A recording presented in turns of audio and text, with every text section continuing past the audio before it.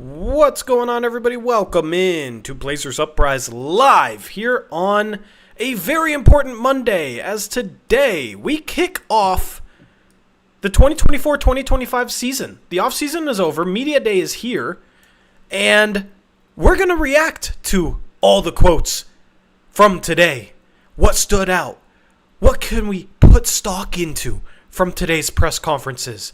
I'm excited to discuss that. We'll also react to the blockbuster trade between the New York Knicks and the Minnesota Timberwolves, as this is our first stream since that mammoth trade went down.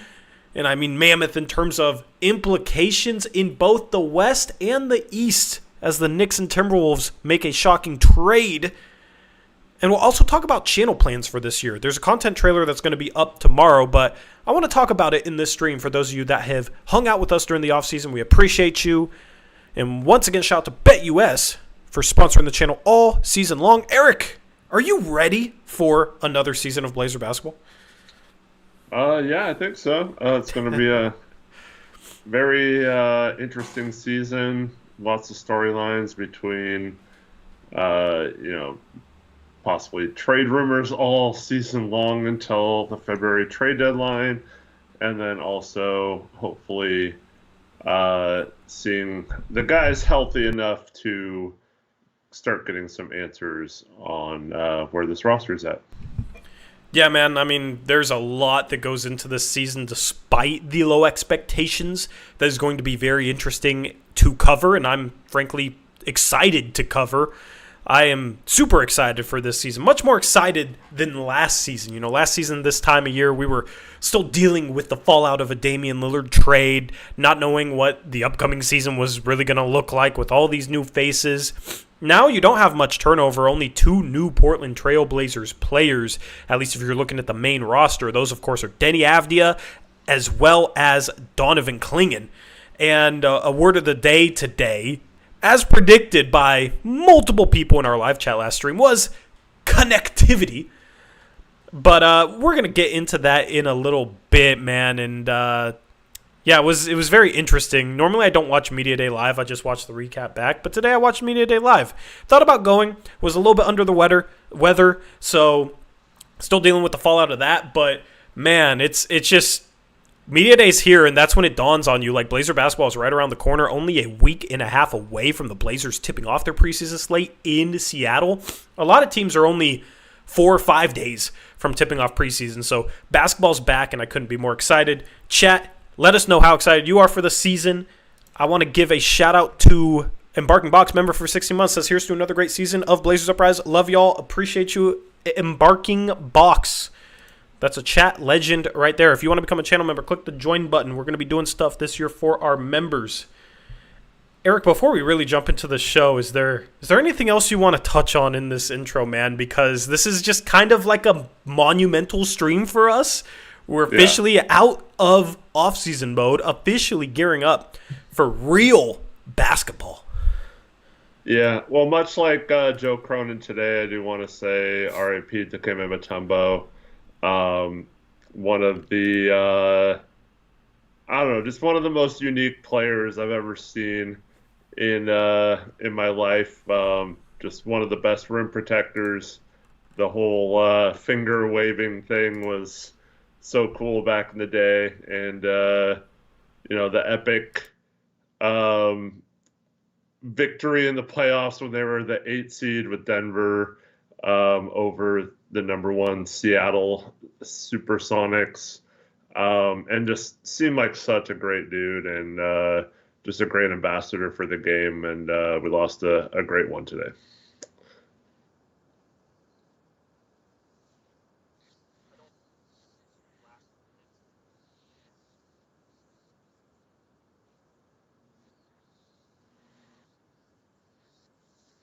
I think you're muted. We're in preseason mode. Listen, I'm a little sniffly, okay? I'm trying not to do it through the mic, okay? We're starting off preseason a little under the weather and starting off preseason accidentally muted, all right? This is the time for preseason mistakes. But man, I remember watching him play once, and it was for the Houston Rockets. I think it was in the playoffs. He ended up getting hurt. but it's like at least I have a memory, I guess, of him playing. I was very, very young. Absolute legend. And he was a guy that was recognizable even for a generation that maybe didn't watch him play. The finger wag is iconic. Eric, next rec league game you have to do a finger wag if you block a shot. Okay, just to honor the man. But jokes aside, man, I mean, he's an absolute legend. Rest in peace. Gone too soon. And yeah, it's just sad news today, man. Sad news. You had a couple of legends dying today. Pete Rose passed away today. And of course this season the Blazers are wearing a patch for Bill Walton. It's safe to say that Atlanta will probably be wearing a patch for Dikembe Mutombo. Maybe a couple other teams, I'm not sure, but yeah, rest in peace to the legend, man. Yeah, and as a Cincinnati Red fan, also Pete Rose passed away. Very controversial figure, but I mean, you can't deny his greatness on the field when he was a player. So yeah, a couple of very high-profile players. Yeah, man. Sad to see them go, but happy to see another season of NBA basketball. I want to kind of jump into some channel plans. And I'm going to have a content trailer tomorrow where I talk about some of these plans and just my thinking going into it. So if you guys remember last year, I wanted to do I wanted to try stuff. I'm always trying to think of ways to do new things, make fun content for you guys at home. And last season it was like, okay, pregame video, watch party, post-game stream, bring in some other people to try and do all that content. Ultimately, the team sucks. There's no market for that. So we kind of abandoned that pretty quickly. And this year it was like, man, I don't want to go into the season like trying to do stuff that ultimately I won't keep up with. Like I just want to do something solid. And people love the post-game shows. And I love the post-game shows. And we do a post-game show for 82 games a year. Most of the post-game shows go 2 hours. And it's like, okay, how can we make those better? How can we really maximize that experience? And that was my thinking going into this season. And something that I'm excited to do, and I think these will be additions to the postgame show. They're supposed to be additions. They're not supposed to necessarily like take over postgame shows, okay? I want to do postgame event nights, and I actually have event nights scheduled out for the entire season in our Discord. If you have not joined our Discord, you can go to the link in the description box below. Now is the time to do it because we're going to be doing a lot of fun stuff through our Discord for post-game shows, okay? Now, what are these events? One of them is a call-in night. Now, we've done call-in nights in the past, but we did it for like multiple games in a row, and people got kind of turned off because it was like every post-game show for a period of time, and it was listening to other people talk, and honestly, we probably let people have too much of the mic in those call-ins, and, we were just trying something out, right? So this season, one of the post-game event nights will be a call-in night, but this will just be like once every 5, 6, 7 games or so, just to keep it fresh, just to keep it unique, right? We're not going to do it every game, but we'll have a section of the post-game show for call-ins, and that way you guys can call in, talk with us. I mean, we had some pretty entertaining people in the past, so hopefully they show back up, but call-in nights is one of the things I'm most excited for, Eric, because I do miss when we used to do call-ins. It just became a little bit too much when we tried it first, but I think we got a good balance. So the first call-in night will be November 1st at the Oklahoma City Thunder. That's a Friday night. I figured, why not pick a Friday night? We can go a little bit longer for the people that want to get something off their chest, right? That is the 6th game of the season, so we'll have a little bit of a sample size. The second night will be November 10th, and then the third night will be November 23rd. So like once every 2 weeks or so. And it might slow down. I forget how many I scheduled total. Like I have one on December 3rd, one on December 26th. So they're spread out enough where it's still fun, still fresh, still unique. And basically that's the goal with these event nights is give you something to look forward to each night that is unique and that's fresh. Because ultimately it gets a little bit repetitive doing 82 post-game shows a year. covering the same crappy team, especially second half of the year, where it's like, yeah, they're tanking, they're trying to suck, look who they're playing, et cetera, et cetera. You know, we talk about draft and prospect stuff, and we talk about trades, of course, until the trade deadline. So there's other stuff to talk about than the game, but call-in nights is one of them. A giveaway night is another thing that I plan on doing once to twice a month. Chat, you won picks against the spread last year, so I already owe you some stuff for giveaway nights. That was part of the motivation. We're going to be doing giveaway nights, and to choose who gets to participate in the giveaway, we'll do trivia in the Discord. Some days we might elect a different selection process for giveaways, but we're going to be doing trivia in the Discord. And by the way, the call-in nights as well through the Discord. So that's why it's super important that you click that link in the description box below to join the Discord. But giveaway nights, just to give back to the community and just to have some fun, do some trivia. And then I have a giveaway wheel that I actually bought at the end of last season, just never used it. And then we'll do some stuff for channel members. I'm not entirely sure exactly what I want to do. It might be different from a night-to-night basis, but we'll have channel members night. So for you channel members out there, I definitely want to do something to reward you. And occasionally we'll do charity nights as well, just give away to a cause. You know, we'll make a donation, and you guys can pitch in towards a good cause. I think that would be something good to do as well. So some nights it'll be like that. And also on some weekends, I'm down to do a shot night and maybe take a couple shots on stream, depending on what happens in the game. Have some fun with that. You know, maybe it's however many threes Anthony Simons hits, I'll take shots, but with a limit of 5, because I can't get too turned up on a post game show, right? So there will be some fun stuff like that. There's some other event nights scheduled in our Discord. If you want to view that, just go to our Discord, click on Blazers schedule.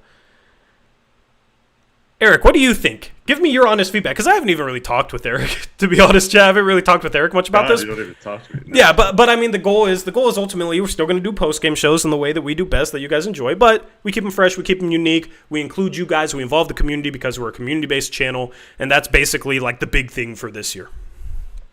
No, I'm all for anything that makes us more interactive with you guys, because that's one of my favorite parts about this community and this channel is just getting to interact with some of you. And, we've had over the summer, a lot of regulars come in and chat every stream, and it's just fun to catch up with you guys a couple times a week. And during the season, get to have even more chances to interact between still having the live shows on Monday and Thursday, and then all the post-game shows and all that. And, as long as people like Jared, I'll call him out specifically, don't get too long-winded with their Well, I'll control it better. I'll control it a little better this time around, yeah. I'm just teasing you, Jared. But anyways, we have some people that just like to ramble on and on and on without getting to their point. They learn from the best.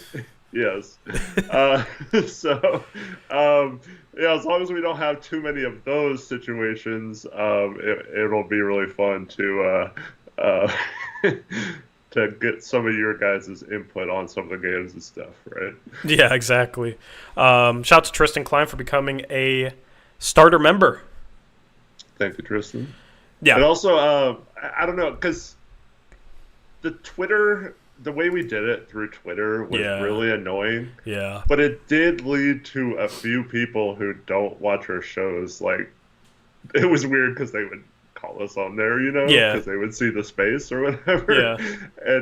But I don't think they ever came into the YouTube part of our show. Yeah, exactly. And it's it's cool to talk to random people. And maybe we'll do some Twitter spaces this year. I don't know if 503 is going to start doing them again. I always liked participating in those because you get some people that don't watch us that maybe disagree with us. And it's always interesting to have those conversations.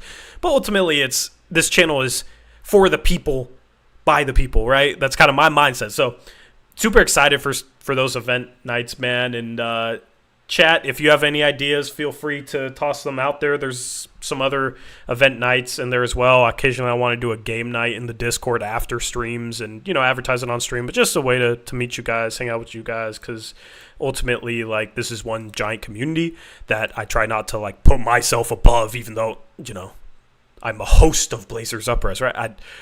I like to participate in our own community, if that makes sense. So all community-based stuff, but still, obviously, me and Eric are going to analyze things the same way we've always done.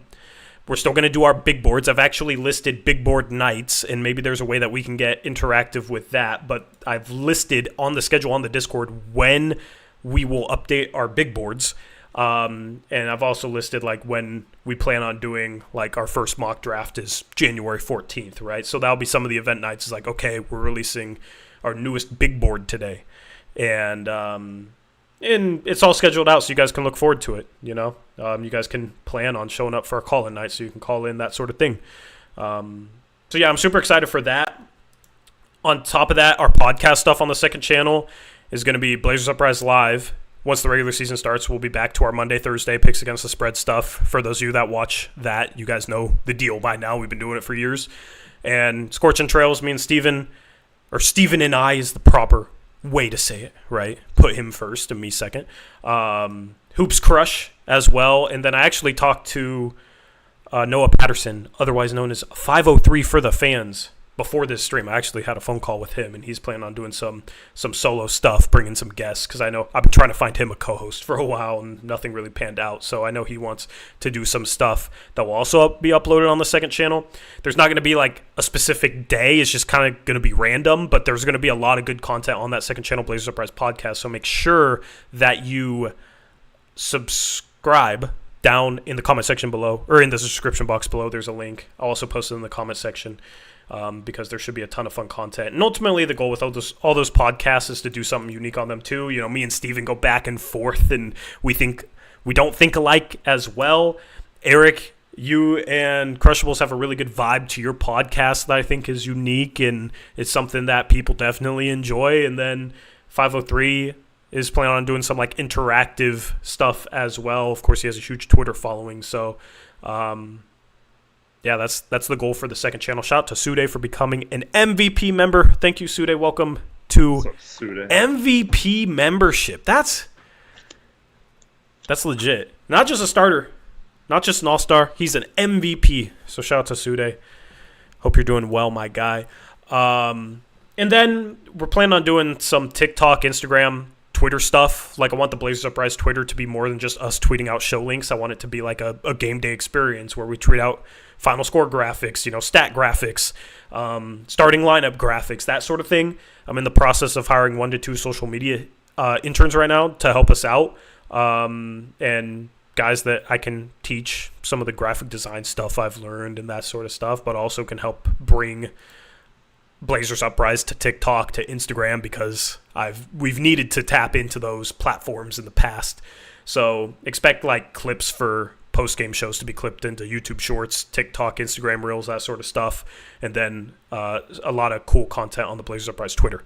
So that's the other new thing that we're doing this year. Other than that, it's pretty much the same, you know, and I'm actually really excited about it because all this stuff is very doable for us, and it's new, and it's not something that's going to be like a struggle to keep up or a struggle to follow through on. So that's part of the reason why I'm super excited. Eric, do you have any other thoughts on any of this stuff? Because I kind of pouring it a little bit on you, just like I am for the people watching.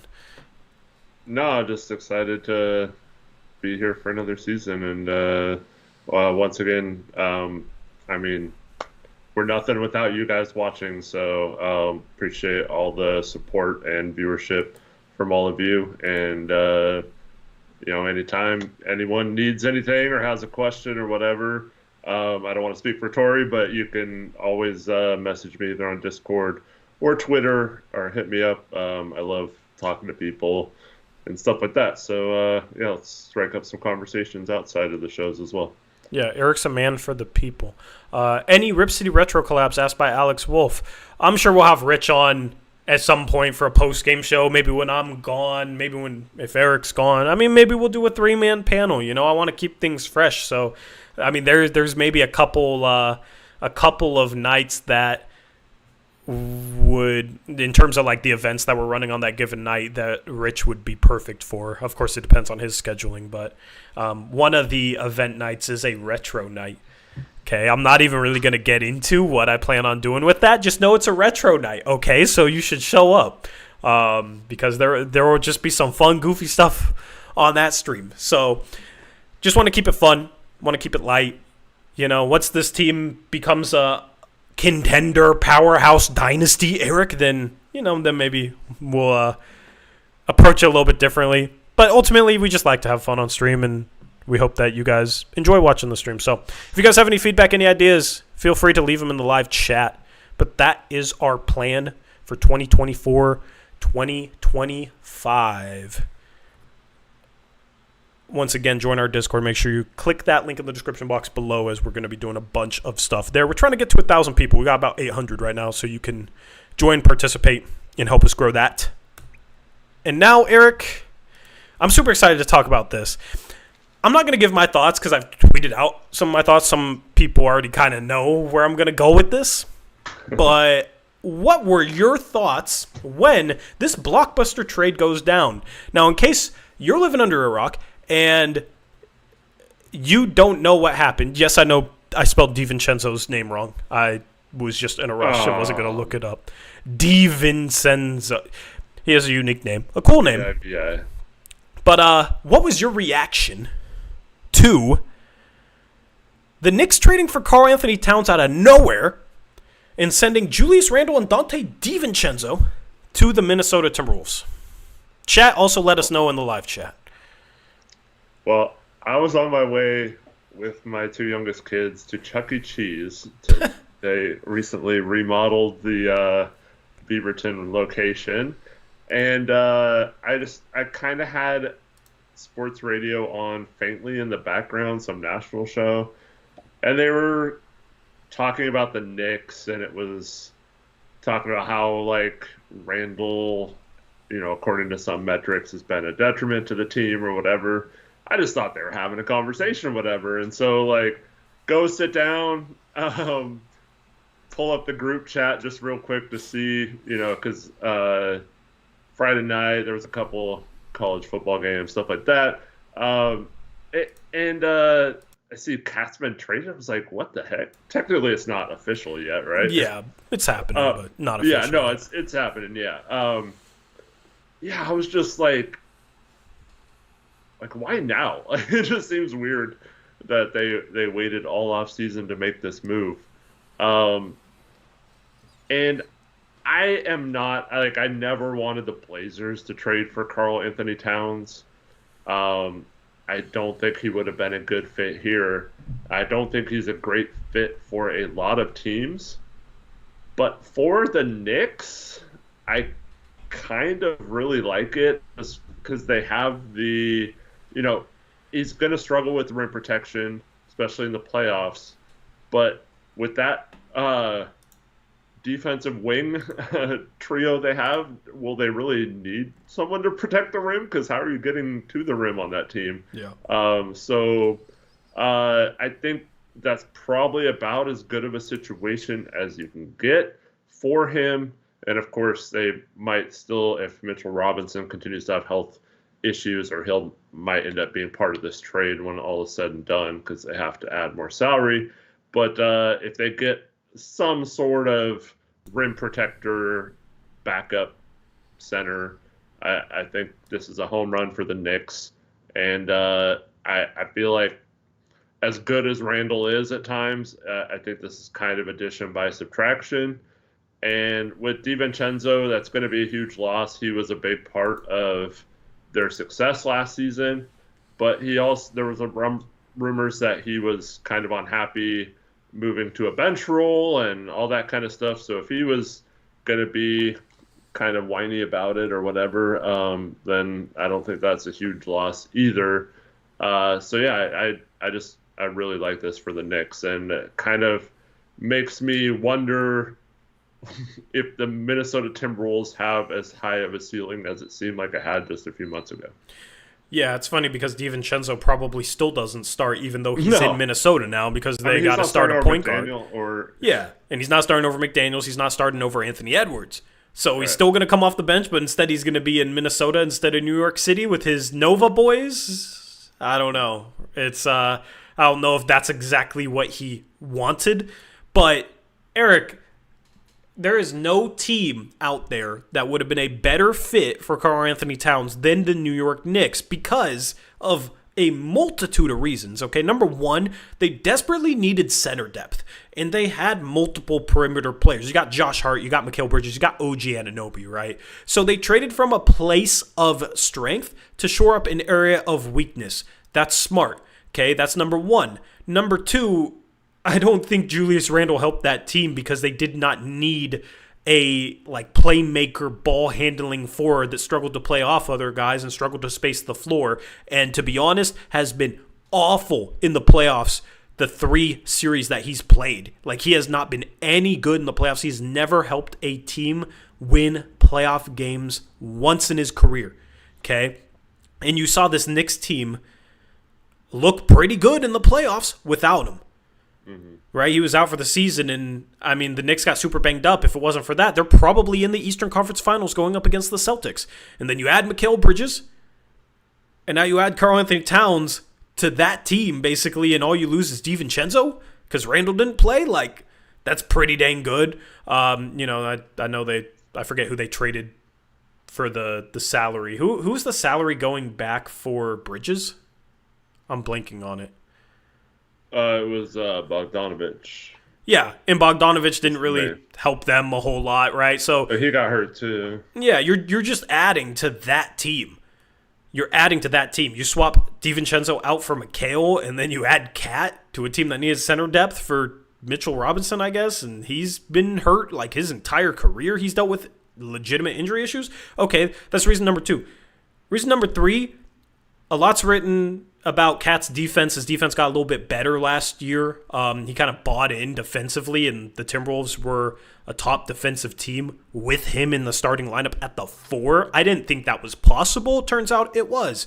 Okay, now he goes back to the center spot where he's probably a bit below average defensively at the center spot, but you got OG Anunoby, you got Josh Hart, you got Mikal Bridges, you got all this perimeter defense that I think it's completely fine. I still think they'll be a very good defensive team.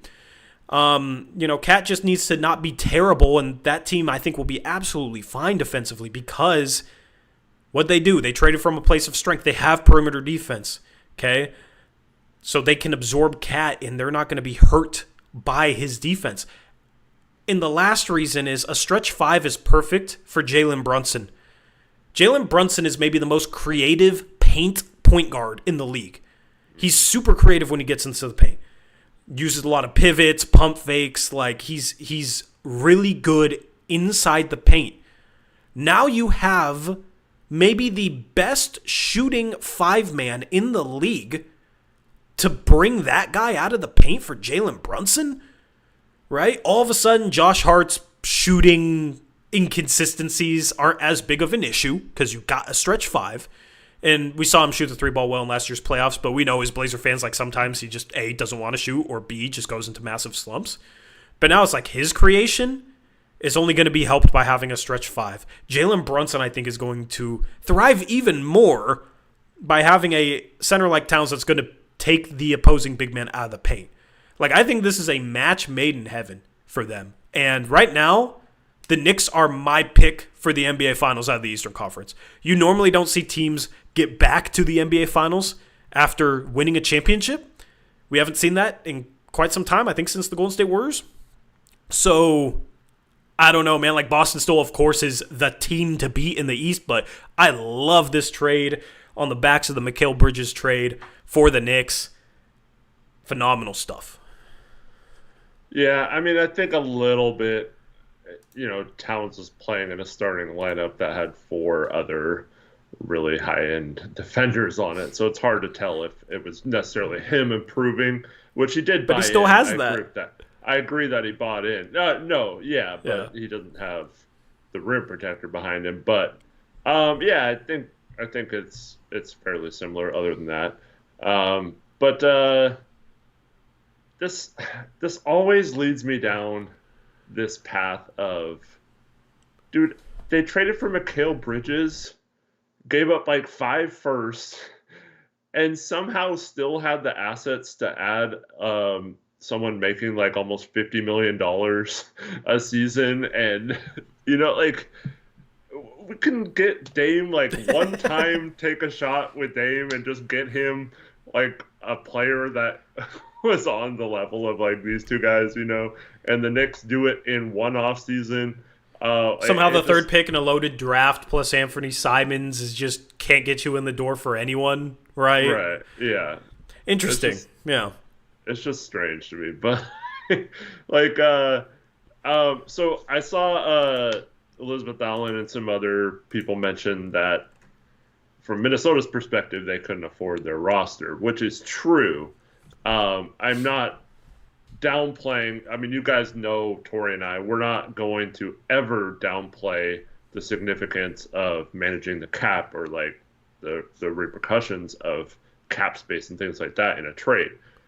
But if we're just talking about a team that had aspirations of winning a championship and were, the trendy team just a few months ago, in terms of Anthony Edwards being a young player and that roster being ready to win pretty soon.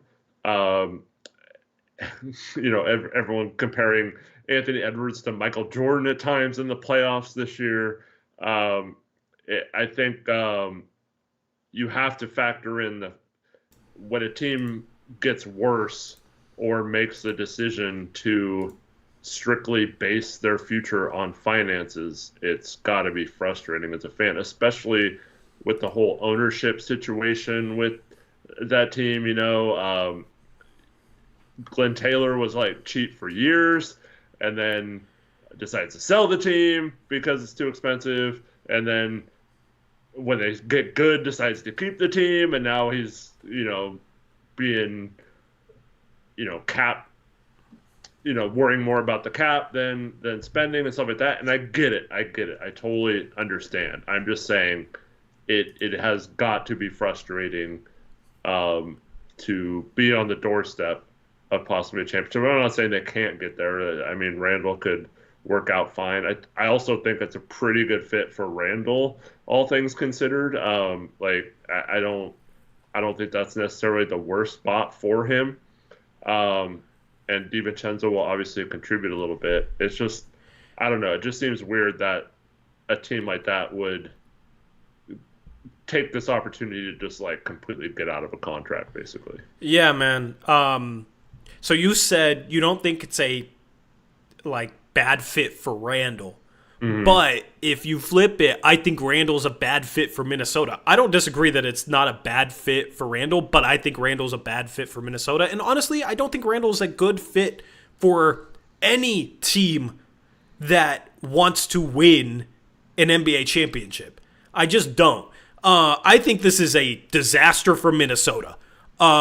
Because, yeah, you get DiVincenzo. Okay, nice piece to have. But you struggled offensively at times last year, and the defense is what carried that team. Okay, great. Karl-Anthony Towns was probably the worst defender in the starting lineup, but you're not replacing him with a better defender. Julius Randle is not a good defensive player. He's just not. But I always come back to this with his archetype, Eric, and you've heard me say this multiple times before, okay? The physical shot creator type of player that struggles to shoot the three ball and isn't absolutely elite as a creator tends to really struggle in the playoffs. We saw it with Russ. We saw it with DeMar DeRozan. There's probably a couple other examples that escape my mind as well. But Julius Randle has been awful in the playoffs, and that's because he relies upon physicality. Defenders are able to be more physical in the playoffs. Defenders are able to match his physicality. Okay, what he can get away with in the regular season, because you're not allowed to touch anyone in the regular season in the NBA. The NBA referees call it much looser in the playoffs. You're allowed to get away with a lot more. And I think that's the reason why he has struggled in the playoffs. The playoffs slow down to a half-court game, and it's just what is his fit on the court as, in my opinion, like a non-shooting power forward. I know he shoots threes, but it's not a good percentage. It was 31% last year, 34% the year before, 30% the year before that, right? So He's a subpar shooter. You don't really have to respect his three-point shot, and he's playing next to a center that can't stretch as well. You basically got two non-shooting big men that are your starters there in Minnesota. I don't think that's good floor spacing for Anthony Edwards. Because ultimately, your offense, you kind of got to put it on his back. And I don't think getting Julius Randle makes that less of the case in a playoffs. So if you're going to put it on his back, I think you're going to see tons of games in the postseason if Julius Randle is healthy, because that's another thing is he struggles to stay healthy. You're going to see a lot of games where Naz Reid plays more minutes, in my opinion, in the playoffs, simply because of that floor spacing, and they're similar caliber defenders, but Naz Reid can shoot threes and can attack off the dribble. He's a better off-ball option next to Anthony Edwards, and ultimately Anthony Edwards is the guy that makes that roster tick. So, yes, DiVincenzo's a nice role player, but ultimately, man, I just do not like Randle's fit. I've never liked Randle as a player on a legitimate playoff team. I think he's one of those guys that puts up good numbers and looks good on a poor team, but I don't think it's any coincidence that when he ended up out for the season last year, the Knicks didn't seem to miss a beat at all. And if anything, they look more cohesive on the offensive end. I don't think that's a coincidence at all. So I don't like that for Minnesota at all. I think DiVincenzo is actually the more positively impactful player in this trade for them, which is just crazy because Randle's the bigger name, right? He's the guy making more money. It's just wild to me that a team seemed to value Julius Randle. And, you know, maybe they didn't. Maybe it was just for the savings. But, man, I don't know. I like Naz Reid better in their starting lineup. Yeah. Well, my thinking is this. Randle, I mean, obviously he made it to the playoffs as like a number one option with the Knicks. But, like, I don't think he's the type of player who is good enough to be a number one option to win, like, a series or two. Brunson has now shown that he is probably that guy. But, you know, Randle wasn't there this year, so you don't know how the two of them would have played together. But for me, I mean, Randle's clearly coming in as not that guy in Minnesota. And I think one of the things that's going to hurt Minnesota with this is obviously, like you mentioned, the three-point shooting. He's nowhere near Cat's level of spacing the floor. But he also can get you a bucket, and Minnesota did struggle at times just creating offense outside of Anthony Edwards. So maybe he can come in and get you some buckets at times. Maybe his defense put in a position where he's not like having to both shoulder a huge offensive workload, and also, you know, he's got the Rudy Gobert behind him protecting the rim. Maybe his defense improves a little bit that way. So I think, I don't know, I'm kind of curious to see if he can maybe sacrifice a little bit for a winning team. I'm not confident. It's kind of like DeAndre Ayton, you know, like that kind of thing. Like, are you willing to give up some of your personal stat lines and things like that in order for your team to be better? Like I said, I'm not convinced that he'll do that, but I am kind of interested to see, because his skill set does provide a little bit of what Minnesota needed, just not everything, obviously, without the shooting. Can he get you a bucket in the playoffs, though? Have you seen his playoff numbers? But that's when he's 15 games. Okay, in those 15 playoff games in his career, he shot 34% from the field and 28% from three. Mm-hmm. Yeah, he hasn't been good. He has 58 turnovers to 56 assists. Like, playmaking for others is supposed to be a strength of his. He has more turnovers than assists in his playoff career, too, so that's not even a plus.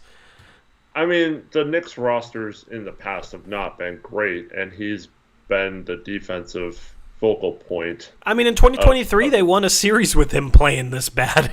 Yeah, I know. I'm just saying, like, it's not good. I'm just saying, I'm wondering if being more of a role player on a team versus having all the attention as a number one option will do wonders for him. With a guy like Randall, you never know. You mentioned Russell Westbrook; he's hasn't been good in that role either. We'll see how he does on Denver this year, but it's it's interesting to watch him, see how he fits in. But I don't know. I think he could, if he sacrificed a little bit, be all right for them. Yep. Question from Hogwatch is a legitimate question. By the way, mods, you don't have to remove his messages, okay, if they're not trolly, all right? He says, do you think the Knicks or Sixers are better? Knicks are going to the finals. That is my prediction right now. And maybe I'm riding that wave of my playoff bracket last season being phenomenal. Okay, I had Mavs versus Timberwolves in the Western Conference Finals and the Mavs winning that series, right? So I'm feeling a bit confident right now, but I think the Knicks are going to the finals.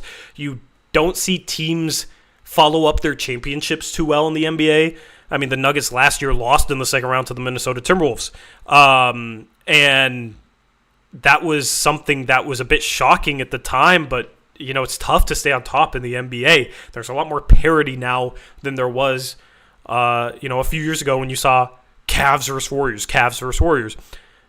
So I'm not going to take the Celtics to go back to the finals. I'm taking the Knicks. I think the Knicks are the team that can defeat Boston because you got some lineup versatility there. You got some good switchable forwards. Josh Hart, I guess, is your starting two, but he's fantastic rebounder, very unique player. And they're just gritty, too. I know Cat's maybe not the grittiest player or the guy you think of, but I like their grit. I think they're going to be hungry this year, man. I love the McHale addition. Knicks going to the finals. That's my prediction. Who do I have out of the West? I have no idea. But I do think the Knicks are coming out of the East. Are you on board with that, Eric, or do you disagree? I mean, I don't think that's a hot take at all. I think that's pretty logical. I do think they still need another center option, especially if Mitchell Robinson ends up being another player involved in this trade. But I don't know, man. It's so if we're just gonna say who's gonna be better, Knicks or 76ers, I can't pick the 76ers because they never get past the second round, and they haven't with Embiid. And something always happens, or there's always excuses, or someone doesn't show up in the playoffs, or whatever. Someone's injured. It always happens. However, if both of those teams meet healthy in the playoffs as currently constructed, I don't think the Knicks can stop Joel Embiid, and they still have to use their wing defenders to guard Paul George now and Maxey, and so that's going to be a really fascinating matchup if they do meet. But I think Tibbs can game plan for Embiid. Maybe because ultimately, who can stop Embiid? Even good center defenders can't stop Embiid one-on-one. Ultimately, it's up to your team defense and whatever sort of scheme you're using against him to try and slow him down. But that also is if he stays healthy, which he can't stay healthy, so I don't trust that either. Well, the thing is, I mean, they had a pretty epic series this last postseason, and a lot of those games were very fascinating. Came down to the wire. I don't think they're that different, and I like the additions that the Knicks made, and obviously 76ers added Paul George, but just having if both teams are healthy, I think Hartenstein not being there, unless the Knicks shore up that backup center spot, it's going to be tough for them. You know what the real question is? What's that? What does BetUS think? What does BetUS think? If you guys are interested in getting in on action for the Portland Trail Blazers, I think this is a very interesting bet on your screen right now. The Blazers seed over under 14.5. Some of you are very confident that they might be a play-in team. Some of you are echoing the sentiments of the players today, which are more confident, it seems like, in their ability to win games than Joe Cronin, which It's kind of interesting, man, because Joe Cronin, I guess, has embraced the rebuild. We'll talk about that in a second. So if you're confident in this Blazer team, you should get in on the action with BetUS. But also, I want to look at BetUS. Who do they like between the Knicks and the Sixers to win the Eastern Conference? The Knicks are plus 350 and the Sixers are plus 400. So they like the Knicks just a little bit more. And I like that bet. I think the Knicks were plus 400 before this. I could be wrong, but wouldn't surprise me for their odds to jump a little bit after acquiring Karl-Anthony Towns. Boston Celtics are plus 155. Of course, they're the favorite, but man, I mean, they could definitely end up back in the finals just because they're such a good, well-oiled machine. But I like the Knicks at plus 350. If you want to get in on the action with BetUS, use promo code YouTube150, no spaces, YouTube150. You'll get a 150% bonus on your first deposit and a 125% bonus on your second and third deposits up to $2,000. So you can get in on the action with the NBA season about to start. If you're feeling confident about any of your predictions this year for the NBA, you can test them out with BetUS. Shout to them for sponsoring Blazers Uprise Live. Anything else you want to talk about with this trade, Eric? No, let's move on to Media Day. Media Day was today for your Portland Trailblazers. And I dropped a YouTube short giving a couple of my thoughts. One of them was, man, it was a bit of a low-energy Media Day for the Portland Trailblazers. There wasn't a ton of content posted online. I know our guy 503 was lamenting that on Twitter. And there were still some things to take away from it. You know, you kind of got two different things with Media Day. You got the front office and head coach Chauncey Billups, and then you got the players. And first I want to touch upon Joe Cronin, because there was something he said that I actually liked, Eric. And you know, I don't usually like Joe Cronin quotes, or I don't put any stock into them because they're GM speak.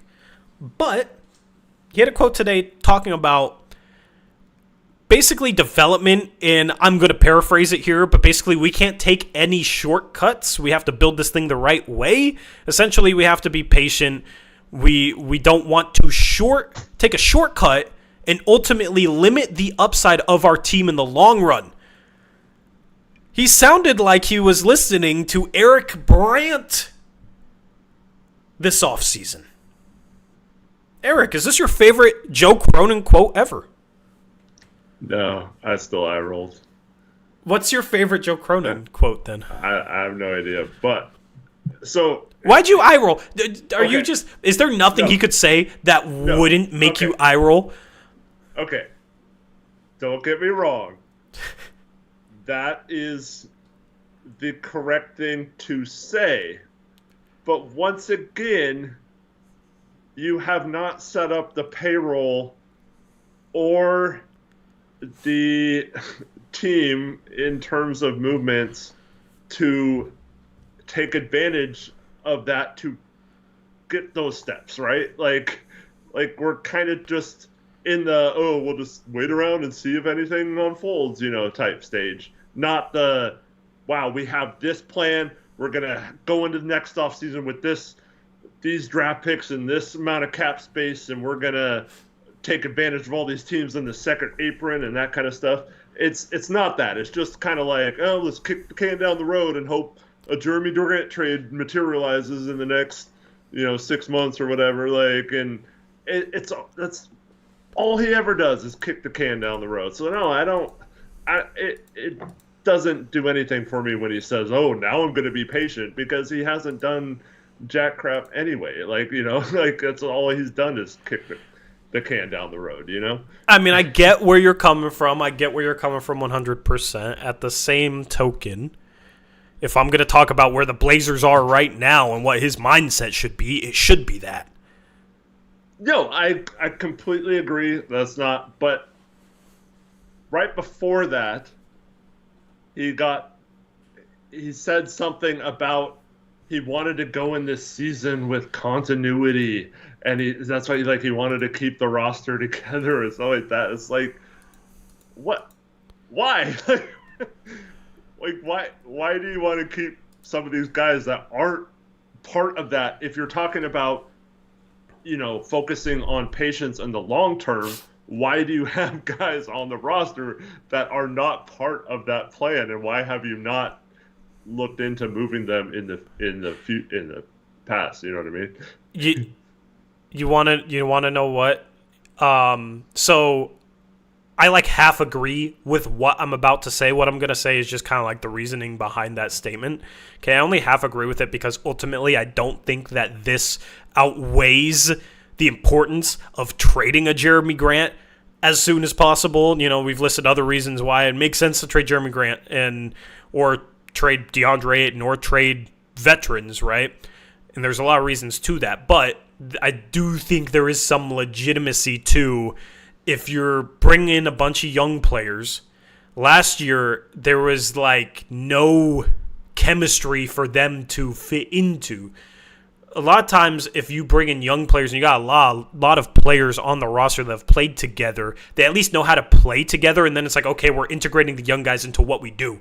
But when you got a ton of new faces, it's we don't even know what we are or what we do or how we play together, plus we're adding all these young guys as well.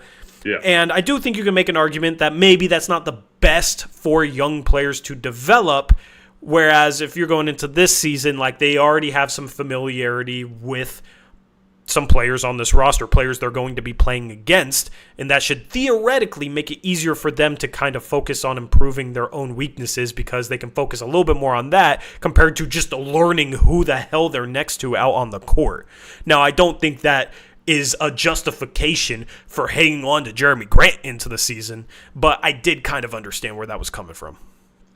Yeah, well, see, my thing is, okay, what then how do you weigh the two? Because having Jeremy around means we're going to have to have those games where it's Jeremy shoots 20 times and we're watching him ISO and not rebound and all that kind of stuff. And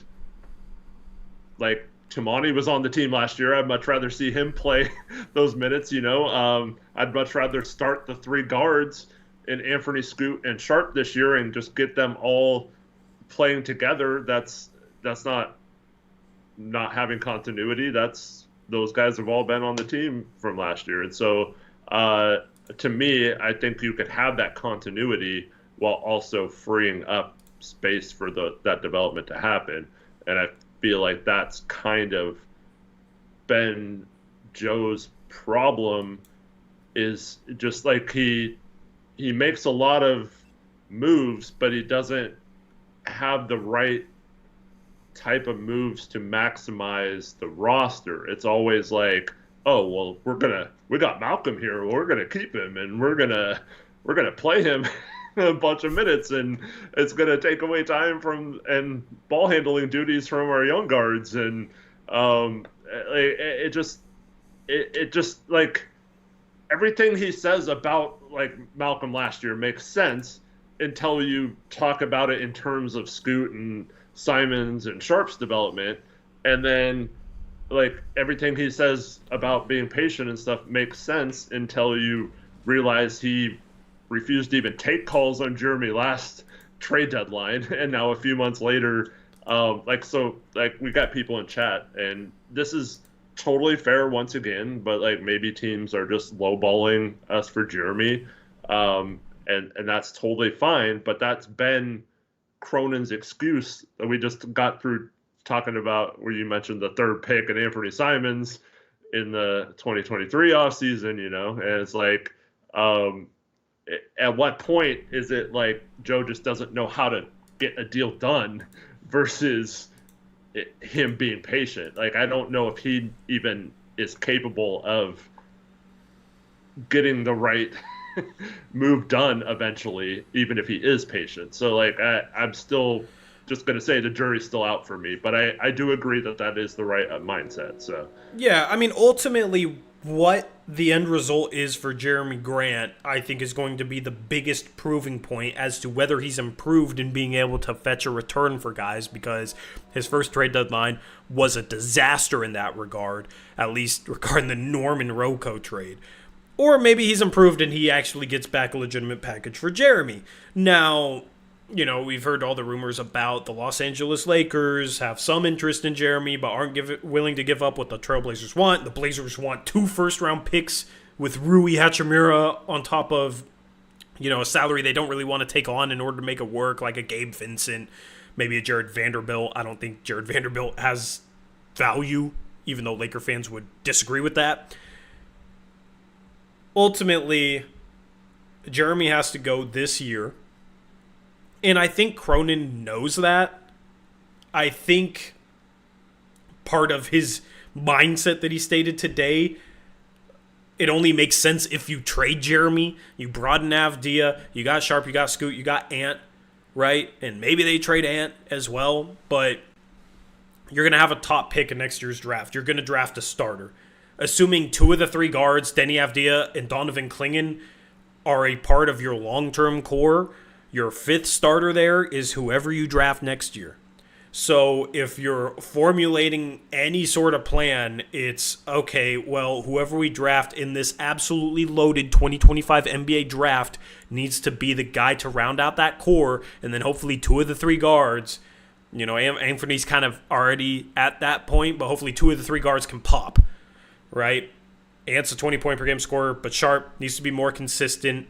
He has had some flashes, but it's one thing to flash. It's another thing to actually consistently produce, and that was another phrase this year when talking about development, is getting Sharp and guys like Scoot to consistently play at a high level instead of just showing those flashes.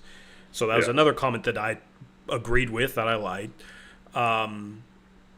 But ultimately, it's you got 3 guards, young guards that you like. You should be able to get 2 high-level starters out of them. You drafted Kling, you obviously valued him a lot, so you must think he's a long-term value starter at the center spot, at least probably a borderline top 10 center, or else why'd you draft him? And then Denny Avdia, I think, is already an above-average starting forward in the league. I love Avdia's game. I think he's criminally underrated. So you already got some pieces, man. It's just Jeremy Grant does not fit into that puzzle no matter how you frame it. So the end result to that is going to be something that I think will show you something about Joe Cronin. If Jeremy Grant's still here going into the next offseason and they just bench him after the trade deadline, Malcolm Brogdon was hurt, so they didn't really bench him, but let's say it's a situation like that, and then they trade him for somebody, okay, that's the longest that you can take Jeremy Grant, in my opinion. But then Malcolm Brogdon was just used as salary filler. That should not be the case for Jeremy Grant. Or else, you probably could have gotten value this offseason. Why didn't you trade him now? So that final solution is going to show you a ton. And until that point, I don't like Jeremy Grant being on this roster going into the season, but I'm kind of resigned to that fact. At least you have some cohesion, right? And we'll see how Chauncey handles this. We'll see if Chauncey force feeds Grant again, or if they actually play more up-tempo. Do you have anything else to say on Cronin before we get into that? I did. I completely agree that we should hopefully be looking for clarity this year. That's one of the things that in a rebuilding year last year, that was going into the season. My number one thing for last season was I want to see who steps up and enters that conversation as you're definitely part of the core of the future. And it's, it would suck, but players aren't looking like they're going to be a part of a core. At least you get answers and that clarity. So you need to make educated decisions going forward, yes. And you need clarity to make educated decisions. Otherwise, you're just guessing. Since last season was kind of a wash for that, hopefully we get that this season.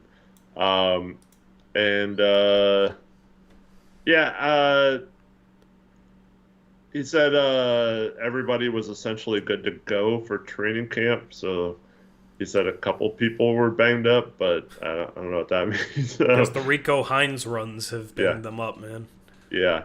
Um, but and I knew this wasn't going to happen. I know no one was, rude enough to ask this, but I still want someone to ask Joe Cronin why, when he talks about the team being in a developmental state and a situation where, uh, we're not going to be good and we're not ready to win yet, why our payroll continues to be that of a team that is further along than it should be, and not that of a rebuilding team that takes advantage of trade scenarios like the Knicks and Minnesota right now, who are probably going to have to give up an asset to a third or fourth team to make the trade work. So, Do you want to know the answer to that? yes, go. And I don't think he'd necessarily answer with this. I'd be very curious to kind of hear his answer to this. But ultimately, you had to take back some salary for Dame because Milwaukee had to match, right? And then Boston had to match Drew, et cetera, et cetera. Like, at least that part of it they whittled down. They valued Ayton. You had to take back some salary. You traded some salary out for Ayton. They actually saved some legitimate money in that trade. And you bring back Ayton. He's on a max. You then ran into the situation where you could lose Jeremy Grant for nothing or pay him, keep him, and then trade him for value down the line. And then that money comes off the books, and that's why you got Jeremy Grant on that contract. Same reasoning for Thibault in terms of like, okay, you could have lost him or kept him to try and get something for him. Now, of course, he's not going to talk about trading players, so, I don't know what his answer would be to that. But ultimately, that's why the payroll is what it is. I don't agree with it. I think they should have tried to get any value whatsoever for Jeremy Grant, DeAndre Ayton, get out from their contracts. You still got Rob Will, still got Duop, got Donovan Clingan on this roster at the center spot in a tanking year. That's completely fine. And opened up the books so that they could be opportunistic in terms of accumulating assets by taking on salary. That is my mindset, but basically the justification, I guess, for them not doing so is that's been their route, and nothing has justified them trading guys in order to actually clear up the salary needed to be opportunistic. I mean, I was fine with re-signing those guys or trading for guys with the intent that you were going to move them, and I feel like Thibault, I mean, we did. I just don't think you can get anything back for Thibault. No, but we could have traded like straight up for an expiring contract if you just like taking the salary out the books, like something like that. Yeah, ultimately he traded 2 seconds for Thibault, right? Yeah, so right. Trading him for nothing is... Dude, Thibault's going to play this year, isn't he? Oh, dude, I was watching his interview and 100% thinking that. 100%. Yeah. Like, there's no way they don't play him at least a little bit. I am so curious to see how the minutes look. I think basically, like we're going to play hard. We're going to run our asses off. Guys need to gas themselves just so we can sub them out just to play all the guys that we're trying to play, even though we suck. Which is just completely strange. Yeah. Right? Like, so we'll talk about Chauncey in a second. First, let me thank a couple donations. Shout out to MGJJ123, $10 donation. Says, thank you for your show. You both do a great job. I didn't do a great job pronunciating that, but appreciate you, MGJJ. Thank you for the donation. We try our best. We always try our best. Shout out to Cam23 with a $5 donation. Says, fairly confident Dame wins a chip this year if he has Brunson's current supporting cast. Agree? I'm not going to go that bold. If you're just basing it off last year Brunson was better than Dame. I think Dame's in for a bit of a revenge season because he's being slept on mightily going into this year and had a lot going on last offseason, but he got to come back this season and prove, like, yeah, I'm still at that level I was a couple years ago in order for me to agree with that statement. Yeah, I don't know about, like, if you just switch Brunson and Dame. I still think that they might have some issues with both protecting the rim and perimeter defense, even though they have those wing defenders. But if you're talking about if the Blazers would have gotten like OG and Mikal Bridges for Dame when they were here and had some pretty good rosters, then I think it would have been a different story. Yeah, because peak Dame is still better than what Brunson is right now. Peak Dame is. Last year, Dame, not so much. So, depends on the conversation you're having. Hopefully, Dame can get back to peak Dame this year or close to it. And I think he still has it in him, man. I mean, he didn't work out a ton going into last season and then had some personal stuff, had his divorce, and was joining a new team. There was a lot going into last season. This offseason, Dame doesn't have all that crap going on, so he can be focused.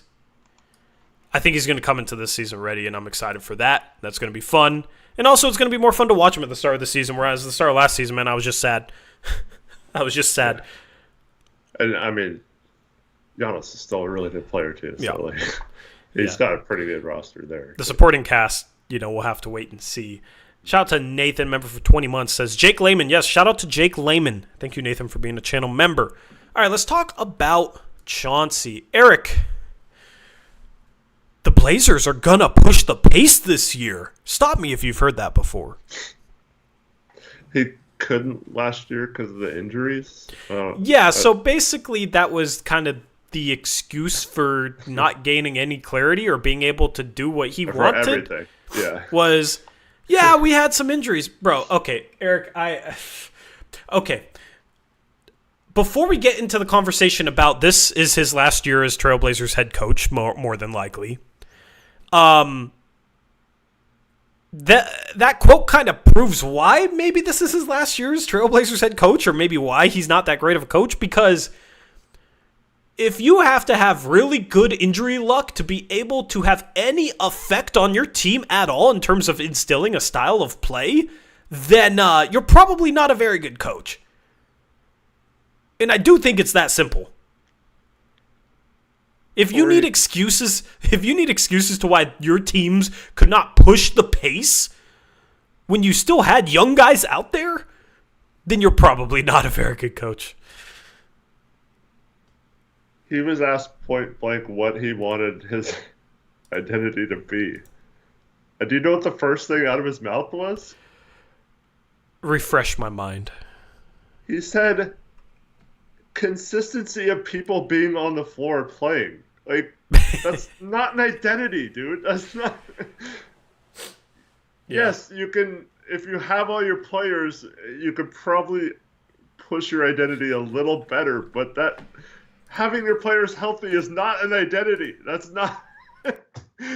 Like, that's your plan? Oh, we just need to be on the floor. Like, okay. There's a lot more to that, Chauncey. Like... And guess what? You're never going to have that identity because you're going to deal with injuries. This is why, going back to the Stotts days too, I hate the injury excuse, because nearly every single team deals with injuries. It is not just a Portland thing. And yes, there's some years where we've had some really bad luck, but you can't use it as an excuse. You still got to have some sense of accountability. And tons of teams deal with it. And the good teams don't sit here and say, yeah, we can't do anything we want to do on offense or defense, and we our identity is just ruined because we had a couple guys get hurt. Legitimate teams don't think like that. I mean, so the fact that the Portland Trailblazers head coach thinks like that is one of the reasons why they need a new head coach next year. Yeah, and then he says stuff like, we don't have a go get a bucket ISO type player, so we have to play a different way. And even if we had that guy, we'd play a different way. You literally said last year that you, and Jeremy confirmed this, that you told Jeremy that you wanted him to just ISO and take tough shots at a certain point last season. Like, I don't get it, man. It's like, it's just, he's just like he says the things that make sense, but he never implements them. It drives me crazy, man. If these things start to be implemented, it's going to be tough for me to give him credit, because I'm personally going to feel like it's probably more so the new assistant coaches that are successfully implementing anything new. Right. And yeah, I think he's just a lame duck head coach. And I don't even know how much he really enjoys being a head coach right now. I think, there's some other situations, like if he could have become the head coach of Phoenix, he would have preferred that over this crappy situation. Because to be honest, it's not like he's been dealt a good hand here. I can give him that. It's been a pretty crummy situation for sure, his entire tenure. But at the same time, man, it's you should have your core principles. Like, we want to play this way, and this way. And when he came in, he had those, and then he couldn't instill them. And then this year, it's like, yeah, what is your identity? Oh, we need to be healthy. It's just kind of wild to me. So he did say he's gotten a lot better in the past 3 years, but it's like, okay, follow-up question. What do you think you've gotten better at? Because you said you're not an ISO team. You're not built like an ISO team. You have the same team as last year, and you had the lowest assist rate in the league. You say you want to play fast, but apparently a couple of injuries completely derail that, which makes absolutely no sense. So what are you better at? What are you good at? Well, like Cam 23 mentions, the Knicks and Memphis Grizzlies, they play like similar styles no matter who's on the floor. They deal with a ton of injuries, and they still had an identity, and played the way their coach wanted them to play, That's the other thing too, is the whole we need to be healthy thing, but you see how many minutes a game he plays, guys. It's for stretches. Okay, that's probably not necessarily going to help guys stay healthy when you play them 40 to 42 minutes a game for 5-6 straight games. So there was nothing from his press conference that I was like, yeah, okay, I like that.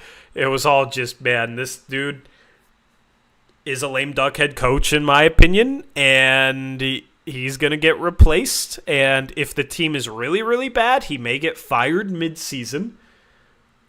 And I don't think he really cares to be here. Like, he might try and make it sound. But even then, he didn't really sound like that today. It was just weird.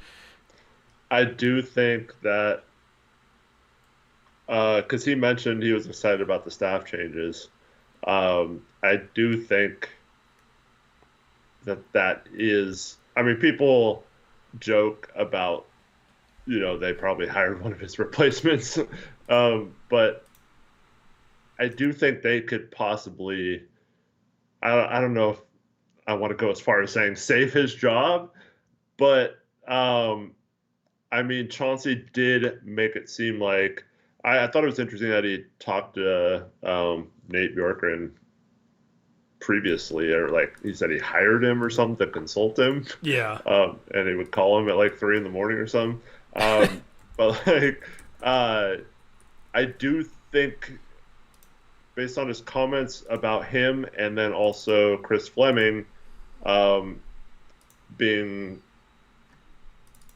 apparently going to be taking over the X's and O's of the offense, I do think that maybe Chauncey becoming more of a figurehead head coach instead of hands-on both the offense and defense as much, maybe that would be better suited for him, and then maybe these assistants can do a really good job and save him and get an identity for us, just by new schemes and stuff like that. But I don't know if Chauncey can do it without one of those assistants really being a home run hire.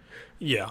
And listen, some people will buy more into it's hard to build your identity when you don't have cohesion from year to year in terms of the roster staying the same, and you deal with all these injuries and you have all this going on. It's really hard to consistently build an identity. Okay, I understand why people would have that opinion, but ultimately over the course of the season with the guys that you do have, no matter who you have, I think you should be able to make progress towards that identity, and we just didn't see that. At the end of the day, there is no argument for him establishing any identity. The only argument is okay, do you want to buy into the excuses or not? Or how much do you want to believe all these excuses are the cause? Because you can't go into this season or this past season saying, yeah, we want to run and then play at a below average pace with a young team that is athletic and built to run, And then you can't go in saying, we want to play off each other, we're connective, and we move the ball, this and that, and then have the lowest assist rate in the league. He's going into this season saying all the same stuff, right? There should be some improvement because he had these guys last year, and it's just going to be fascinating to kind of compare and contrast those stats. I do think Denny helps with both, but, man, it's just like what he said he wants to do, he has not accomplished at all for pretty much his entire tenure here. So there's just no substance to sit here and say, like, he's a good coach. There's no substance to sit here and say he's the man for the job. I don't think there's one reason outside of, like, oh, he's a good developmental coach. Okay, well, what even proves that? The fact that Anthony Simons broke out? Like, really? I don't think that proves that he's a good developmental coach. I think Anthony was on that track.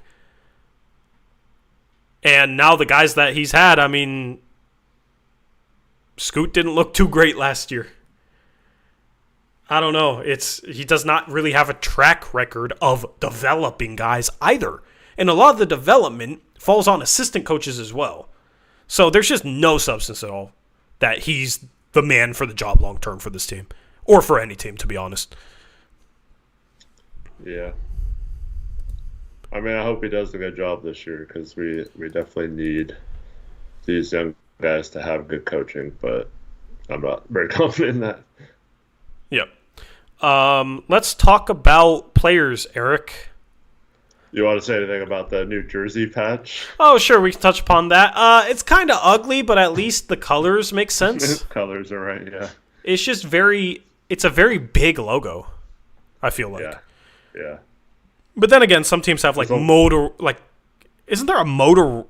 Is Motorola even a thing? I swear there's, like, a Motorola-looking logo or jersey patch on a jersey. I forget which jersey it is, but it's just, like, that big black circle. At least it's not that, I guess. But I don't know. BioFreeze was our first one. People were like, oh, jersey patch. But BioFreeze was a pretty clean jersey patch, I think. Yeah, it just didn't make sense with the green, but... Yeah. At least it's not a crypto company. Yeah. At least it's legitimate. Not the Storbex isn't legitimate in the crypto space. I'm not necessarily a crypto hater, but I mean, it's just crypto is fishy, man. There's a lot going on with the Bill Walton patch and the new sponsor patch up in the left corner of the jersey. Yeah, that whole corner is just... I like the Bill Walton patch. I like the way it looks like. Yeah. It looks on the uniforms. It just sucks that you have a giant Windows patch beneath it. Y'all should have bid for the spot and put the Blazers Uprise logo. Yeah, we should have crowdfunded for the Blazers Uprise logo. That'd been funny. Oh, no. They could have just put Eric's face. You didn't hear them, Tori. They wanted a partnership that they felt good about. They wouldn't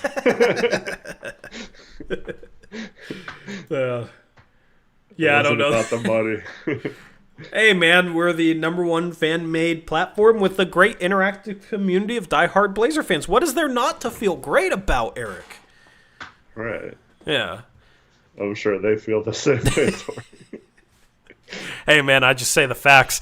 Yeah, logo, whatever. Like... At this point, I don't think anybody really cares too much about jersey patches. Like, if this was the first one they announced, though, I would be sitting here ranting about it.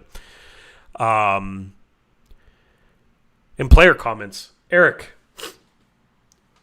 what did you make of Scoot's interview? Because I think Scoot's interview was a bit weird. It was definitely weird, not a bit weird. He seemed like he had just woken up, or like he's just... Remember last year, he had like all this energy? In this year, it was like completely different guy. And the first comment is like basically like what he remembers about last year, what he like what learned last year, and he was like, what exactly did he say? Something about like I learned that there's good food, or I remember the food. I learned about food, yeah. There's some good food. Like, I understand he's making a joke. It was a little awkward because like nobody laughed. Yeah. Okay, even if it's not a joke that you necessarily find funny, like, it's just common courtesy. All right, I'll laugh at that. You know what I mean? Like maybe didn't hit the mark you were going for, but that happens to the best of us. That even happens to the best comedians out there, right? So I'll give you a little bit of a chuckle just to not make you feel a little awkward, right? It was just like people didn't know whether he was joking or not, I guess. I mean, it was just a weird answer, and ultimately you probably wanted a more serious answer out of him. Yeah. And yeah, I mean, like, he talked a little bit about what he worked on. I think the most interesting quote he had was learning to play through his hips. Yeah. Which I think Moving is stronger through his hips. Is what is more so like a balance thing, and he's explosive. But Eric, I've talked about this actually. Yeah. We'll talk about this first, and then we can get into any of the other weirdness because the rest is kind of all the same to me. But you have guys that are athletes, and people are like, oh, look how athletic they are. They're going to be fun to watch in the league. And then they get into the league, and it's like, oh, they're not the athlete I thought they were. It's not like Scoot can't run and Scoot can't jump. He would not have put together the G League highlight reel he did if he couldn't run and couldn't jump. Like, he has those abilities in certain situations. But there's a thing called functional athleticism that doesn't always translate up as you progress in your basketball career. And what I mean by functional athleticism is like, okay, yeah, you can jump when you have a runway off of 1 foot, but can you explode vertically off a Euro step? Off that second step, can you explode to the rim? Okay, if you come to a hop step, can you explode? Right? Like, it's one thing to like, okay, you can run forward 5 steps, 6 steps, like kind of line up your jump and explode that way, and being able to explode out of weird footworks, body positions, etc. Go watch John Morant and watch how he explodes out of like weird footwork, weird moves around the rim, and that's why he's a really good finisher. Scoot, a lot of times last year, was a below the rim finisher because he was a bit too off balance on moves. You gotta be on balance to be able to like explode to the rim. If you're Euro stepping and you're a little bit off balance and you're leaning, you're not able to jump upwards because you don't have that balance. You don't, you know what I mean? So like playing through your hips, I think is more so like keeping your hips on top of your feet is what I guess that he meant. It's my best guess, right? Ultimately, you got to be a little bit more upright. You can't be leaning. And he even talked about the whole, like, not leaning as much. I thought that was interesting. Do you have anything to add to that? Because that was kind of my takeaway from it. I really wish he would have led with that instead of the other answer. But, no. Here's the deal with Scoot for me. I wasn't going to really judge too harshly what he said today. It's all going to be what he shows improvement on the court. But you're talking about like using his athleticism better. There are players like the guy we mentioned a little bit ago, Jalen Brunson, who isn't athletic or anything at all. Like, you know, you can be crafty, you can use certain arm angles, you can use spin moves or little jab steps to get space and all that kind of stuff. So it's not necessarily being more athletic. It's just, like you said, balance is a really important part of it, and just learning how to maneuver through the traffic of NBA paints. And I'm really interested to see how he improved that over the summer. But he can say as zany as stuff as he wants, or he could be as buttoned up and professional as he wants. None of that matters because we're all going to judge him based on how he plays this year and not anything he says in a press conference. If he comes out and plays well this season and looks improved from his rookie year, it won't matter what he said. But when you combine him, I mean, say what you want about it. It was, most people felt like he was a little disappointing last year. I don't think that's unfair to say, compared to expectations of him coming in, and fair or unfair placed on him. Most people expected him to show out a little bit more from the jump. And so that, when you have a player who should be aware of that, I don't think it's a really good idea to make a joke about what you learned about your rookie year. Like, so it kind of makes me question maybe, like, just keep an eye on his mental makeup in terms of, decision making. So, like, but once again, I'm not going to judge that off this, like, he can put all those worries to bed if he plays well. But there is, I don't know if you saw this, Tori, but there's an article from a coach that was involved with the Rico Hines run. Yeah, I saw that article. Yeah. I don't buy it. Yeah, what, you saw him in one Rico Hines run or two, or one session. And also it sounded like a dude, the way he phrased it, in terms of the verbiage he used was like kind of like, yeah, I watched him do this, but also kind of just like repeating what he struggled with last year. And it's like, okay, is that actually your takeaways from the Rico Hines run, or is that just your takeaways from his past year? We saw him improve a lot last season, so he should improve as well. And struggling during a pickup run has like no substance to me at all. Delano Banton in one of those Rico Hines runs looked phenomenal. You know what I mean? It's pickup basketball. So. No. Some guys dominate in pickup basketball and then get in a game and they can't play. And some guys vice versa. I would even see that in high school and college, where you'd get in a pickup run, like college team, we'd run some pickup runs preseason and guys just wouldn't look that good. And then he'd get in a game and would be a good player at that level. So I don't know. I'm not putting any stock into that, but go ahead. I'm just saying, when you put together the pieces of just people want to see him be good this year, and I know you have tried to preach patience. You're trying to talk people into having patience with him. I'm hoping people do. And you predicted that he might struggle at the beginning of the season and maybe pick up quicker than he did last year. I forgot what you said, like 10 to 20 games into the season, take off or whatever. Yeah. But like, he's going to get killed those first 10 games if he's struggling at the beginning of the season. We know that's going to happen. So for me, it's just like, dude, like, you might want to stop with the kind of, I don't know. It's weird because, like, he's trying to show his personality. He's trying to be. A lot of people thought he was baked or whatever too, which is the other thing. I don't know, between him and Robert Williams. We are in Portland, yeah. I don't know who was doing more this morning, but Robert Williams, I don't blame though, because of his freaking knees, man. They probably cause him a lot of pain. But yeah, it's just, I don't know. To me, I thought his interview was just really strange, and I don't get it, man.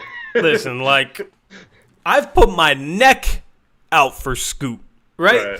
Like, so, and it's based on the faith of he takes things seriously, he works really hard, he has a good mindset. And I don't think, a joke, or maybe he was tired this morning. Like, I don't think a press conference is what is going to show his mindset, right? But at the end of the day, like, let's disregard the press conference. He has the potential to be a really, really good player in this league, but it's going to be based on the work that he puts in and putting in the right work.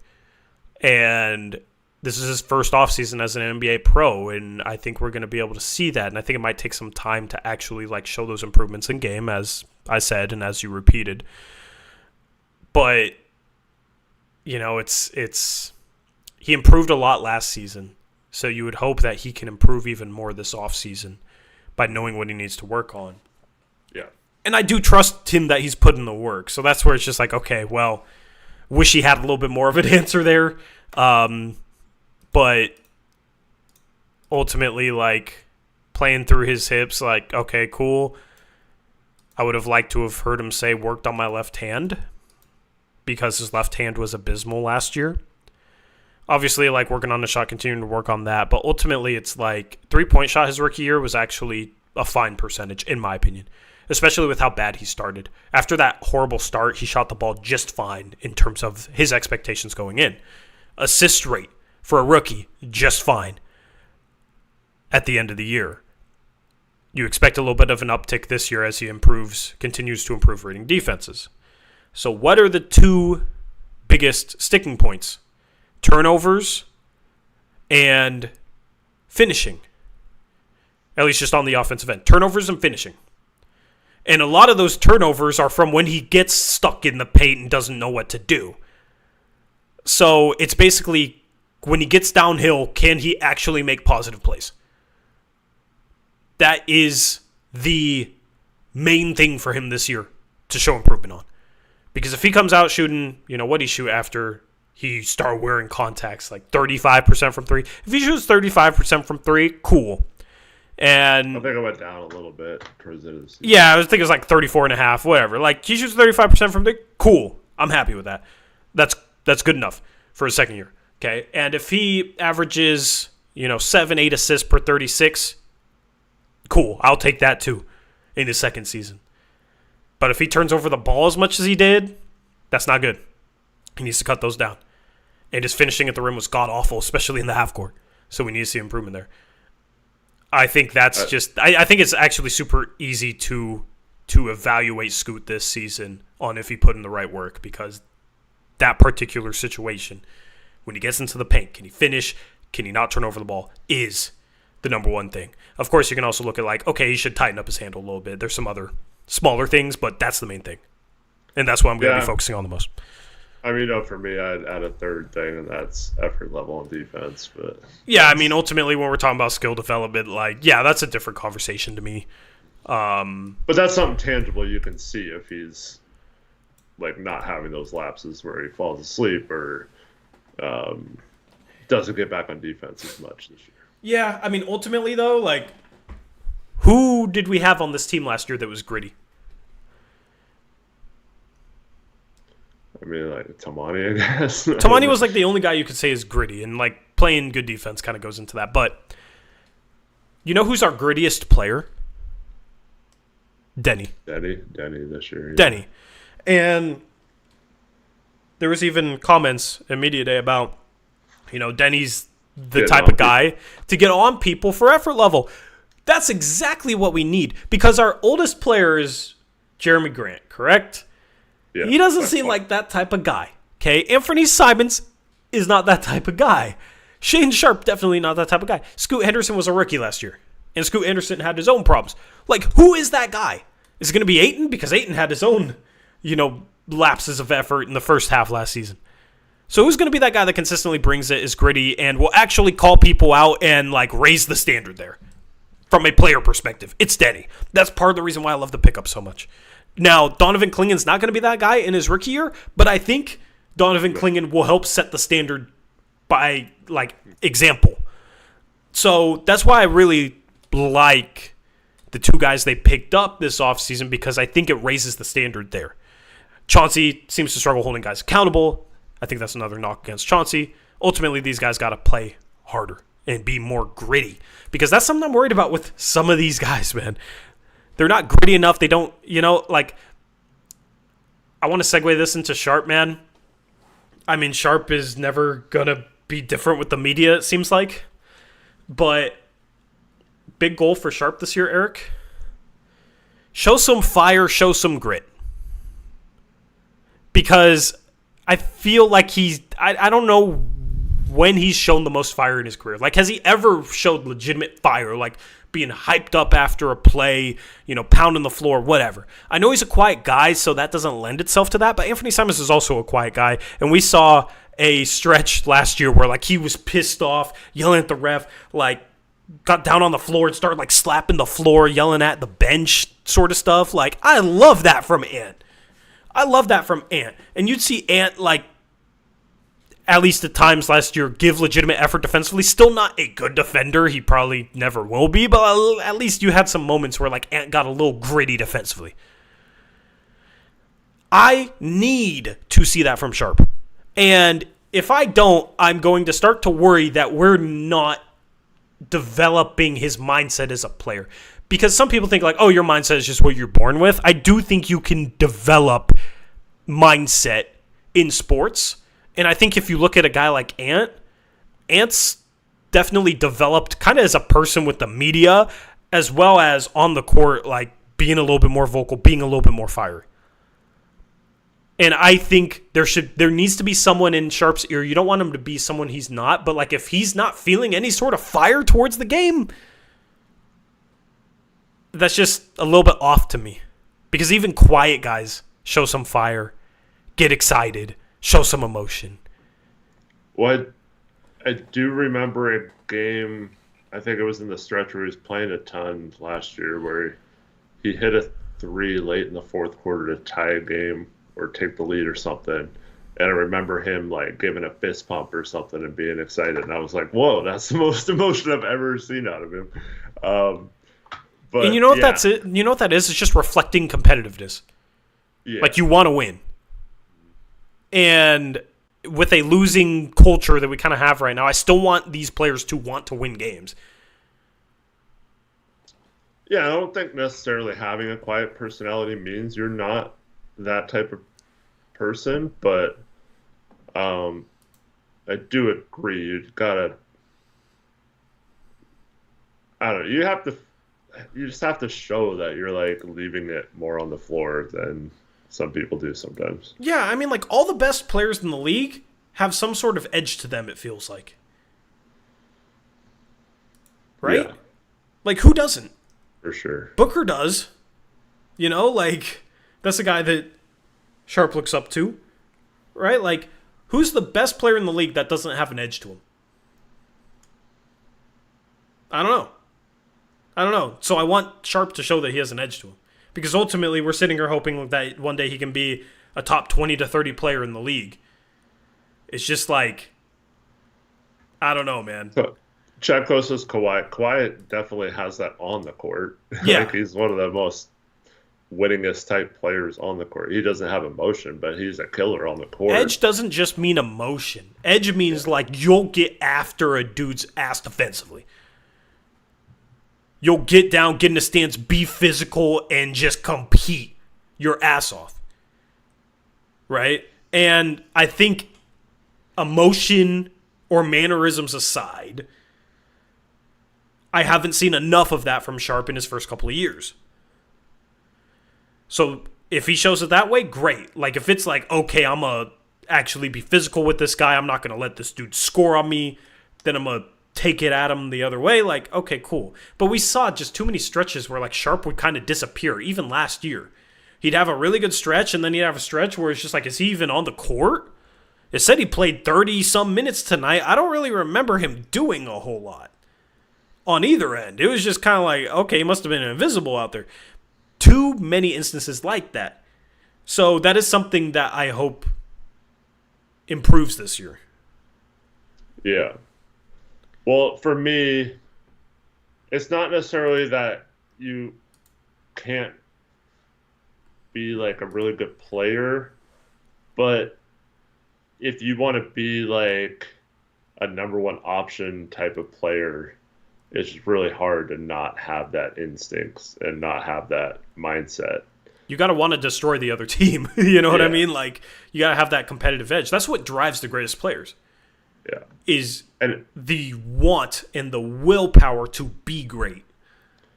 And if he's not going to have it, he's got to find a way to impact games without necessarily monopolizing the ball like he did at the end of his rookie season. Yeah. He's got to find a way to still contribute without necessarily having to take over games like that. So, and that's not to say he's never showed emotion necessarily or that sort of thing. It's just like, I want us to be the gritty team that plays with fire. And I want to see that from our young players that we hope can be stars, that they have an edge to them, a competitive edge. And it's something that I've valued for a long time now, and I've talked about it, and I've lamented some players in the past just not having that sort of edge to them, at least when they played for the Portland Trail Blazers. If you've watched us for a while, you can come up with some names that embody that. There's a reason why they're no longer Blazers, right? Well, I mean, we kind of switched modes. That's a big reason. But Norm Powell, we traded. GP2 had an edge defensively before he got here, and then when he got here, it was like he didn't want to be here. And he had the whole thing with his injury, right? Like, I hate that. Denny has an edge to him. Denny has an edge to him, and he plays with an edge. And I love that. So that's what I'm hoping for from Sharp, man. Scoot defensively, I want to see more of that defensively. Because he just had moments where he had too many lapses defensively last year. And there's hope that he could be a two-way star guard, right? At least we had that hope when we drafted him. It's going to be tough when he's undersized. You have to be scrappy if you're his height in order to be a positive defender in the league. So I just want to see that scrappiness, man. Because I feel like that was something that was talked up last year, but was kind of missing. Yeah. Speaking of Denny, though, I really liked what he said about his shot, about how he broke it down and was never really. He said, I forgot how he phrased it, something about he was just like kind of okay with his shot in the past, and just it was like he worked on it, but not like he didn't think it was something that he really needed to focus on in terms of other things, and then he like basically broke it all down and reworked it, and yeah, that gives me confidence that it wasn't like a 1 year outlier, you know. Yeah. Question says, how's Denny going to react to getting benched when we tank? I mean, he's played for Washington the past couple of years, so I'm sure he understands. But I mean, he had great comments on in terms of maintaining what he's good at and working on what he struggles at to get better. Because, you know, it's one thing like, okay, you struggle with this? Yeah, that's what you need to work on this offseason. Well, you can't let your shot regress. You can't let your skills that you're good at regress. You have to maintain those. You still have to work on those. So it's never a thing where you're working on one specific or two specific things during the offseason. You're working on a lot of things. I think when it comes to stuff that people struggle with, it's like you have to put in mindful work. You have to put in work that improves your technique, if it's a technique issue, that improves yourself mentally, if it's, you know, a lack of awareness issue, making reads. You know, it gets broken down into very nuanced things, such as maybe how you set up a pick and roll before you use it, right? Like, there's so much that goes into the game of basketball. I love Denny's comments on that. I think he might be our vocal leader this year. That's so weird, but yeah, it's probably. He has the confidence for it. Mm-hmm. He was maybe kind of that last half of the season in Washington. Yeah. So I think he's going to be really good for the locker room because the veterans that we have now are not vocal leadership types. Yep, I agree. What other players do you want to talk about? Speaking of one of our veterans, what did you think of Jeremy's interview? Comments on the rebuild was interesting. Basically, like he and Joe talked about it. They know what it is. Which could mean a number of different things. You know what I mean? Like, yes, but so that means... He said he was here just being a professional, and Joe's been transparent with him. Yeah. He can't elaborate on what page him and Joe are on. He said Joe and him are on the same page, and then he was asked what page that was. Yep. And he said he couldn't elaborate on that. I don't know. I think that page is that he's not going to be here at the end of the season. Yeah, I mean... Like, come in, set a good example. Right. Help mentor these young guys. We will send you somewhere you want to go at the deadline. I think that's the page they're on. I keep thinking that as well. I have last year ingrained in my brain where we all thought Brogdon was going to be gone at the deadline, and he's still on their team after the deadline. So I just have a little bit of, what if they really just want to keep this team together for another year? And that's yeah, but ultimately, like, Brogdon didn't necessarily say, like, yeah, I want to be moved to a different team, right? So if that's the page they're truly on, then I would expect something to happen where it wouldn't be the same situation if Jeremy's like, yeah, I want to play for a winner, you know. But we've seen him enjoy it in Detroit in the past. So is that where Jeremy's mind is at? I'm not sure. I mean, I think Jeremy doesn't care. Yeah. Like, he doesn't. He's fine staying. He's fine if he gets traded. Like, I don't think it really matters to him what team he's on. And I'm not saying that's necessarily a bad thing. I'm just saying I I don't think he's going to request a trade, nor do I think he's going to care what team he gets traded to or whatever. Yep. In that instance, it would be whatever page Joe wants it to be. Right, yeah. So what is Joe's game plan with Jeremy Grant? I mean, that's why, like, the prevailing storyline going into the season is what happens with Jeremy Grant long term. Like, the prevailing long-term storyline. And, of course, it's like, okay, can Scoop be what we thought? And there's a bunch of other storylines. But it's like, the one that kind of dominates my mind is just like, okay, what is going to happen with Jeremy Grant? Yeah. So his press conference was interesting. I mean, it's kind of how I expected it to go, but freaking hilarious the way Fentress phrased his question to him about now that you got Denny, he said he's going to take rebounding off his plate.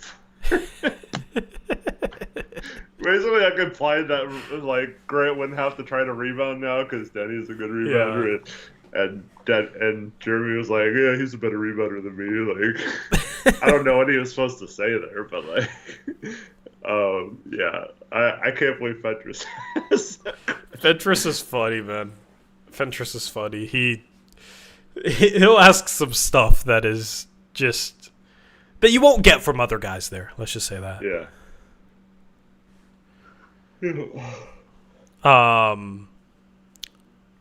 Anything else stand out to you though from player comments? Because like there's a lot of stuff like Ant talked, and maybe you want to touch upon him. Well, I mean, most people are just think because I like Anthony, but I felt like he was very like he lost his composure a little bit in the exit interview. I mean, I don't know how to phrase this, but like, I mean, we broke down his comments, what they meant for a while on the show, and between you and I, Tori, earlier in the off season. I felt like today he just was, I don't know. I felt like he gave really good answers and was really composed out there and didn't. He was prepared. It kind of made me feel, because like I was, you know, like hearing some of the stuff you were saying and, you know, the way he was talking, you know, like I make no bones about it. He's my favorite player on the team. And so I was like kind of worried that he was going to check out at some point of this process. And today made me feel a lot better about him still being on the team and like maybe even improving or having some trade value moving forward if that's the way we decide to play it. I don't think he was never not going to buy in if he was here. Oh, I know. And I don't think it's to the point where he's going to cause like a public fuss about anything beyond the media day stuff last year. Right. I think he's professional. He's still young enough that it's not going to be something where he just like trade me or else I'm holding out or trade me, blah, blah, blah, blah, blah. Now, is he fully bought into being here long term? I don't know. If I had to guess, I would lean towards probably not because you got two young guards and he knows that, right? And you got a roster in flux, and this team's going to be bad for a while, and he does want to win, which I fully 1,000% respect. He wants to win basketball games. He wants to actually like play in the playoffs as a key player on a team, which is very respectable because some guys don't care. Some guys just want their bag, right? So I don't know. I don't really have any like big thoughts on him right now other than he's going to come in, he's going to work to get better as a player. He's going to try and help these young guys if he can, and he's going to go out there and he's going to play hard. Like he sucks he's bad defensively, but I don't think it's due to a lack of effort. I've never really felt that way with him. I thought that was funny. It's like, you guys obviously know. Yeah. See, and that's the thing is he's willing to admit that too, which is also a positive because you had stuff from like CJ in the past where he kind of act like, yeah, I'm not a bad defender. I did the shooting guards and block shots per game. Yeah. So, I don't know. I think Ant has the right professional mindset, but I don't think that necessarily indicates that he's like fully bought into being here long term. I think it's as simple as this. For 3 straight years now, he's been shut down for the last couple months of the season. And I think he just wants to be on a team that's not, like, lets him play. Like, I think that was his frustration last year. It was like that was supposed to be the year where they let him take over and not do that stuff. Yeah. And they should have been bad enough to where they didn't have to do that. And it probably wouldn't have mattered that much. We ended up with the 7th pick anyway. So, like, I think he got kind of frustrated that, like, he's now, like, people are questioning if he's injury prone and stuff like that, like, when it was mostly just, like, team decisions to sit him out. So, like, I think he just wants, like, whether they win or not this year, he just wants to be able to play on the court. And I feel like he thinks he's good enough to maybe elevate the team a little bit, and maybe not to playoff status, but, like, I feel like he thinks he can impact winning a little bit, and he's being, like, forced to not be able to, and that's got to be really frustrating when you want to win or you have that winning mentality. Yep. I still think he's here until next offseason, but beyond that, very tough to say. We'll have to see how this season plays out, and that's why I'm excited for the season to start. We'll have to see that clarity. Yeah, we got to get some clarity. Before we give our final thoughts on media once again, this stream is brought to you by BetUS. If you use promo code YouTube150, you'll receive a 150% sign-up bonus on your first deposit, but that's not the end of the promotion. You also get a 125% bonus on your second and third deposit, up to $2,000. So with the NBA season right around the corner, make sure that you use BetUS if you want to get in on the action. Shout out to them for sponsoring the stream. I can't wait for Picks Against the Spread, which is where we pick BetUS spreads. It's going to be a lot of fun, man. Going to be a lot of fun. I feel like it's going to be a good year for me. Mm-hmm. Fingers crossed, though. Any final thoughts on Media Day? DeAndre Ayton brought the most energy, rocking a mustache and a goatee, looking old school, Eric. Yeah. Did it change your view on him at all? I know you were kind of praising him. Yeah. Listen. He's not a bad teammate. Okay, he had a barbecue, invited everyone over. Like, I think ultimately he's a good teammate. He has flaws, and he has lapses and stretches of time where he just doesn't seem like mentally locked in or mentally there, like all the way there. And it's been that way throughout his entire career. So until he has like a full season where that's not the case, like, I'm going to expect that. He's going to be inconsistent. He's going to be up and down this year. That's my expectation. And nothing you can say right now would change that. But that's on the court stuff. Off the court, like, I defended him over the freaking ice thing last year when people were roasting him, right? Like, never really had as much of a vendetta against him off the court. And I wouldn't say vendetta on the court. Like, I guess the way I would want to phrase this is, I think he's overpaid. Congrats to him, by the way, for that contract. But he's overpaid, and he does some things well, but ultimately it's not the things that I would like in a starting center. And on other teams, it would make more sense for him to, with his skill sets, be on those teams. I mean, he did mention that he wanted to attack off the dribble more and get to the line. Yeah, Probably I love that. If he listen, if he improves upon those weaknesses, I like him more. Still, at the end of the day, Donovan Clingan should be the long-term starting center. Or why did you draft him? Yeah. You know what I mean? Well, like, so it's just kind of feels like, okay, he's here for now, but that's not the plan, and they don't plan on keeping him because they drafted Clingan, and it's just impossible to shake that feeling. So if he adds stuff to his game that just gives him more trade value, that's a win for the Blazers. Yeah. And hopefully, for his case, like, if he does get traded, it's somewhere that he wants to go. Because I don't think he's a bad teammate by any means. And hopefully he's just a little bit more consistent in terms of like effort and bringing it on a day in, day out basis this year. Yeah. Agreed. But yeah, I was getting kind of bored with the interviews. And then Yeah. He that was refreshing today. Thankfully, he brought some energy because no one else really had any. Yeah. Quick takeaways. Klingon, did you have any? I didn't really have any.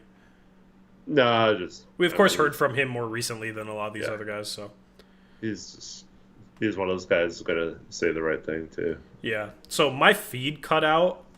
Did Kamara talk? Yeah, Tamani talked. He didn't. Yeah, I didn't catch that one. He said he put on some muscle. Like, some people were joking that it was like 30 or 40 pounds, but I don't think he needs to put on 30 to 40 pounds. He said he had 10 pounds of muscle. I mean, that's cool, man. Like, makes it a little easier for him to bang down low. And here's the thing. You want to be as strong as possible without sacrificing your quickness, okay? Because some guys in the NBA, you can be a little too strong or put on a little bit too much muscle. So I think there's a balance there. So it'll be interesting to see how that helps him. I don't expect that to hurt him at all. I only expect that to help him because 10 pounds is only 10 pounds. But, yeah, man, it's he's one of the guys I'm most excited for this year. Mm-hmm. Yeah, Robert Williams seemed like he was pretty close to being fully cleared for everything. Has been doing 5-on-5 work, so it's obviously pretty close. Yeah. I don't know what else you can be cleared for that you're not cleared when you're doing 5-on-5, but yeah, good to hear that. One thing we didn't say about Chauncey, he did say he's going to experiment with playing two bigs at times. The lineups this year are going to be very interesting to see. That's a major question mark. How does he make and there's those a lineups competition for minutes and starting lineup. No, nothing's set yet. Yeah. So who knows what the hell they're going to do lineup-wise in terms of starters, in terms of finding enough minutes for these guys. That's a major question. Yeah. I was surprised if you see Thibault pushed out there. Yeah. That was pretty much it as far as my takeaways. It's going to be very interesting to see this team on October 11th. This upcoming schedule for the channel. We have our stream on Thursday. On Thursday, October 3rd. It's October in 20 minutes for us. That's crazy.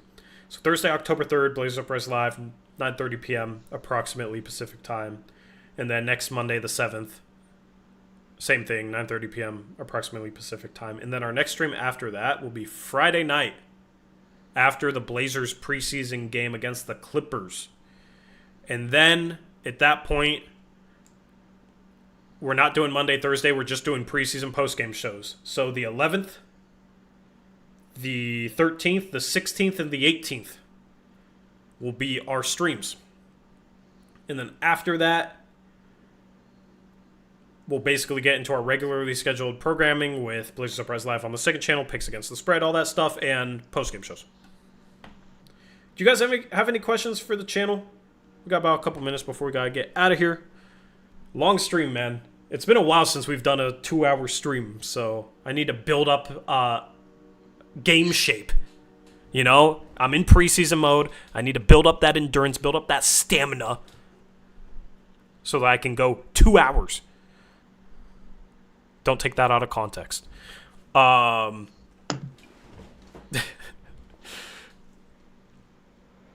If you have anything else, Eric.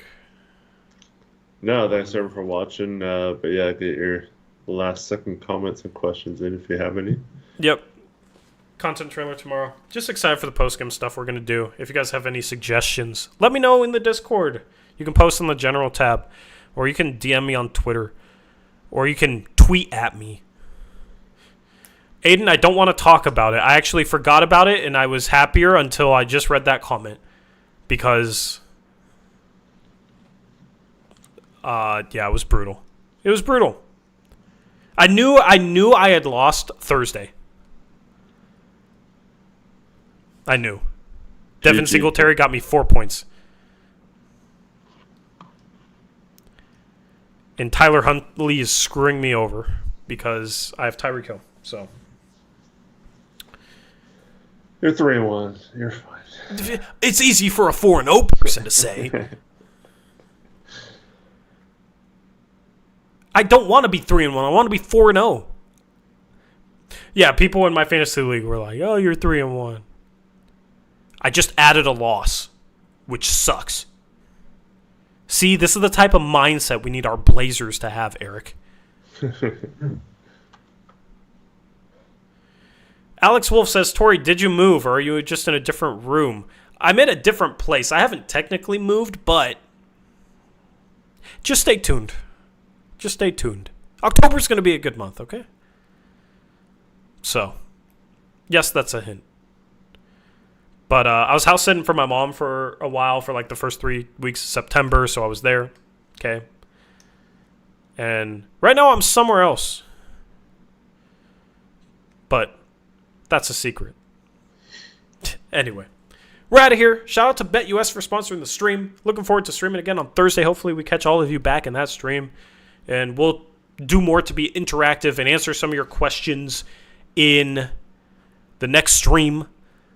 Because I definitely want to get around to some chat comments. And, you know, I feel like we haven't interacted enough with chat lately, so I want to get back to that a little bit.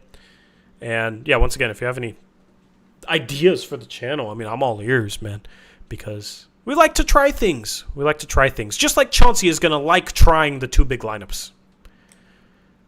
Anyway, hopefully you guys have a good rest of your night and a good week ahead.